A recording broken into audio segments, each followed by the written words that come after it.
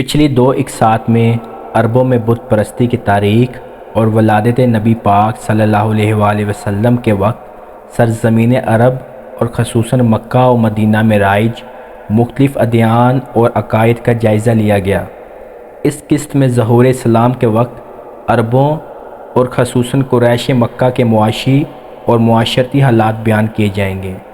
ظہور اسلام کے وقت اگر عرب معاشرے کا ایک سرسری سا جائزہ بھی لیا جائے تو ایک بات شدت سے محسوس ہوتی ہے کہ تب کا عرب معاشرہ ایک ہی وقت میں اچھی بری متضاد خصلتوں کا شکار تھا، اور اس سے بھی اہم بات یہ کہ اچھی بری یہ متضاد خصلتیں اپنی پوری شدت سے ان میں سرایت پذیر تھی۔ ایسے میں اگر ہم ان میں رائج بدعادات اور رسم و رواج کو مد نظر رکھیں تو عرب معاشرہ ایک بدترین معاشرے کی تصویر پیش کرتا ہے، اور اگر ہم عربوں کے اوصاف حمیدہ کو سامنے رکھیں تو در حقیقت ان سے بہتر انسانی معاشرہ اور معاشرتی اقتدار کی نظر ملنا مشکل ہے۔ بنیادی طور پر عرب معاشرہ تین طبقات پر مشتمل تھا۔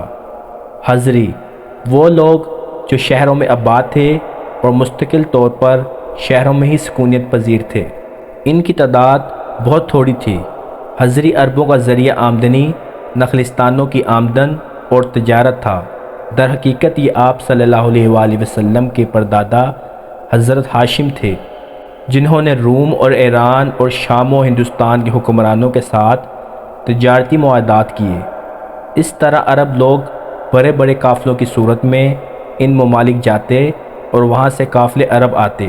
قریش مکہ کو کیونکہ خانہ کعبہ کی تولیت کی وجہ سے مرکزی اہمیت حاصل تھی، اس لیے قریش مکہ کے قافلوں کو عرب کے بدوی قبائل لوٹنے سے بھی پرہیز کرتے۔ بدوی عرب کی اکثر آبادی بدوی قبائل پر مشتمل تھی جو خانہ بدوشی کی زندگی بسر کرتی تھی۔ ان کا اصل ذریعہ معاش غلہ بانی یعنی جانور پالنا تھا، اس لیے جہاں کہیں چراگاہ نظر آتی وہیں ڈیرے ڈال دیے جاتے۔ جب اس چراگاہ میں ان کے جانور کی خوراک ختم ہو جاتی تو وہاں سے کسی اور جگہ کا رخ کرتے۔ اس کے علاوہ ریزینے بھی ان کی آمدنی کا ایک بڑا ذریعہ تھا۔ یہ لوگ عرب کے صحراؤں میں آتے جاتے قافلوں کو لوٹ لیتے۔ جو قبائل ڈاکہ کے ذریعے روزی کماتے تھے وہ اس پر بہت فخر کیا کرتے تھے۔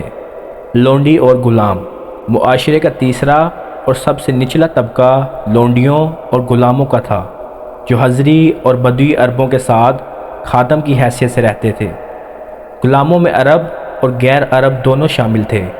عرب تو قبائل کی آپس کی جنگ میں مغلوب ہونے یا پھر مقروض ہونے کی وجہ سے لونڈی اور غلام بنا لیے جاتے، جبکہ غیر عرب بکتے بکاتے سرزمین عرب پہنچتے، جہاں باقاعدہ منڈیوں اور بازاروں میں ان کی خرید و فروخت ہوتی تھی۔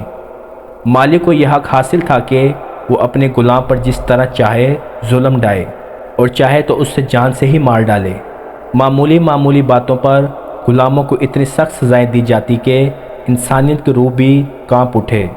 غلام کا بیٹا بھی پیدائشی غلام ہوتا تھا۔ اسی طرح لونڈیاں بھی ظلم و ستم کا نشانہ بنتی تھی اور ان سے بدکاری کا پیشہ بھی کرایا جاتا تھا۔ ناچ گانے جاننے والی لونڈیوں کی قیمتیں نسبتاً زیادہ ہوتی تھی، غرض یہ کہ غلاموں اور لونڈیوں کی جان و مال، عزت و آبرو اور اولاد سب کی سب ان کے آقا کی ہی ملکیت ہوتی تھی۔ عرب معاشرے میں جنگ و جدل کا سلسلہ مسلسل جاری رہتا تھا، مگر اس جنگ و جدل، مسلسل خانہ جنگی اور صدیوں تک جاری رہنے والی باہمی بغض اور عناد اور تعصب و عداوات کے باوجود عرب ایک مشترکہ ثقافت رکھتے تھے، جس کے بنیادی عناصر میں اپنے آباء و اجداد پر فخر کرنا، ان کی روایات کو برقرار رکھنا اور مشترکہ زبان عربی کو گنوایا جا سکتا ہے۔ عرب نسلی طور پر قحطانی اور عدنانی بنو اسماعیل دو گروہوں میں بٹے ہوئے تھے، لیکن دونوں کو عربی زبان پر فخر تھا۔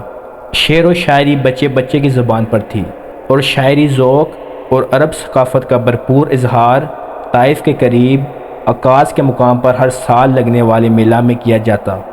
عام حالات میں ایک عرب جنگجو سپاہی تھا، مگر اس میلے میں وہ بھی ایک شاعر کا روپ دھار لیتا۔ شراب خوری کی مجلسیں سجائی جاتی اور گردش جام کے ساتھ ایسی بلند پایہ غزلیں کہی جاتی کہ آج تک اس دور کے ادب کو کلاسیکی مانا جاتا ہے۔ فحاشہ عورتوں کی موجودگی نے ان مجالس کو بیہودگی کی انتہائی پستیوں تک پہنچا دیا تھا۔ آج کی ویڈیو یہیں تک تھی، انشاءاللہ ملتے ہیں اگلی ویڈیو میں، تب تک کے لیے اللہ نگہبان۔